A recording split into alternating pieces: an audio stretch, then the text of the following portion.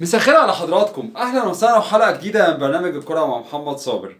النهارده حلقتي بطعم طريق الرزق. كلنا بنقول الرزق وطريق الرزق. انا جالي مسج على صفحه البرنامج من صديق البرنامج على قصه ولا اروع ولا احلى.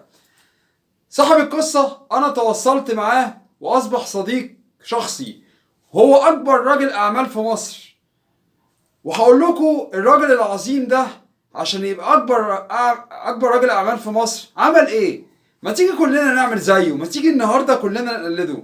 الراجل العظيم ده كان زي اي شاب مصري متزوج ومعاه اسره، وكان موظف راتبه على قده، بس كان بيعمل حاجه جميله جدا جدا جدا.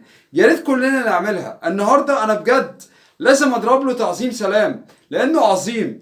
الخير اللي عمله وطريق الرزق هو اللي خلاه اكبر رجل اعمال في مصر. حضراتكم كان بياخد راتبه كل شهر، وكان زي ما بيجيب لاسرته لزوجته واولاده المشتريات بتاعتهم، كان بيجيب لوالدته واخواته ووالده. كل شهر كان بيعمل كده، لغايه في يوم من الايام ما دخل مشروع صغير مع مجموعه من اصدقائه. بس المشروع ده ما شاء الله كبر كبر كبر جدا، واصبح مشاريع واصبحت شركات واصبحت ما شاء الله في كل مكان ليه مشاريع، وفي كل مكان رجل اعمال مصري فعلا. هي دي رجال اعمال مصر يا جماعه. اللي بيكرم اهله ربنا بيكرمه سبحانه وتعالى. انا لما قعدت اتكلمت معاه طبعا، قلت له طب، قال لي انا ما عملتش حاجه عشان اجي في البرنامج معاك.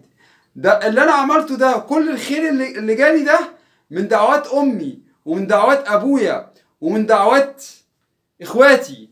طيب انا بسأل حضراتكم دلوقتي وكل اللي بيسمع برنامج الكرة مع محمد صابر، لو انت مكانه كنت كل شهر زي ما بتجيب لأسرتك واولادك وزوجتك هتجيب لوالدك ووالدتك واخواتك؟ يا جماعة احنا بنسأل طريق الرزق. هو الرزق فين؟ الرزق بيجي على بر الوالدين والأسرة. صدقني اخواتك ووالدتك ووالدك لما هيدعوا لك كل ابواب الرزق هتتفتح. من مشروع صغير، من مشروع صغير حضراتكم مع اصدقائه لاكبر رجل اعمال في مصر. انا النهارده بجد بجد رسالة حب وتقدير لحضرتك يا شباب مصر، يا اللي بتسمعني، يا اللي عايز توصل بالترند، عايز الرزق وعايز تبقى تحقق كل احلامك، واي تارجت عايز توصل له اوصل عن طريق والدتك ووالدك واخواتك. انا هنهي حلقتي مع حضراتكم. لو انت كنت مكان راجل الاعمال ده كنت هتعمل زي ما هو عمل مع والدتك ووالدك واخواتك. انا بجد النهارده كنت سعيد جدا وانا بقدم حلقه طريق الرزق.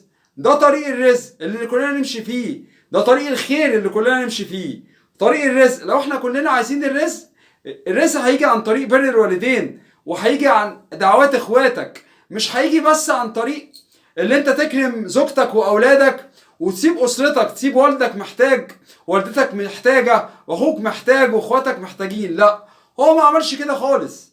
هو كان زي ما حكيت لحضراتكم، وانا بجد كان كل حاجة بيجيبها لزوجته واولاده بيجيبها لوالده ووالدته واخواته. بجد انا في نهاية الحلقة قبل ما اسيب حضراتكم، دي حلقة من اروع ولا احلى من حلقات برنامج الكرة مع محمد صابر.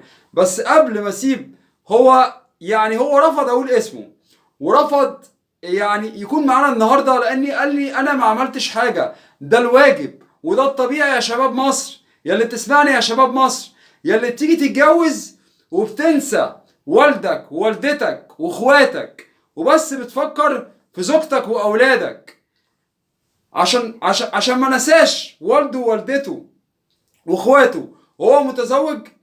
ربنا كرمه باكبر رجل اعمال في مصر. وانا قبل ما انهي الحلقه مع حضراتكم لازم اضرب له تعظيم سلام. هو ده نموذج الشاب المصري اللي بتكلم عنه. ده اكبر رجل اعمال في مصر وبيعمل خير، ربنا يجزيه خير عليه. انا بصراحه زي بقى السيستم اللي احنا اتعودنا عليه، بعد كل حلقه انا هستنى حضراتكم على صفحات برنامج الكرة مع محمد صابر والاعلامي الرياضي محمد صابر على الفيسبوك وقناتي على اليوتيوب الاعلامي الرياضي محمد صابر. وميرسي جدا لحضراتكم، والسلام عليكم ورحمة الله وبركاته.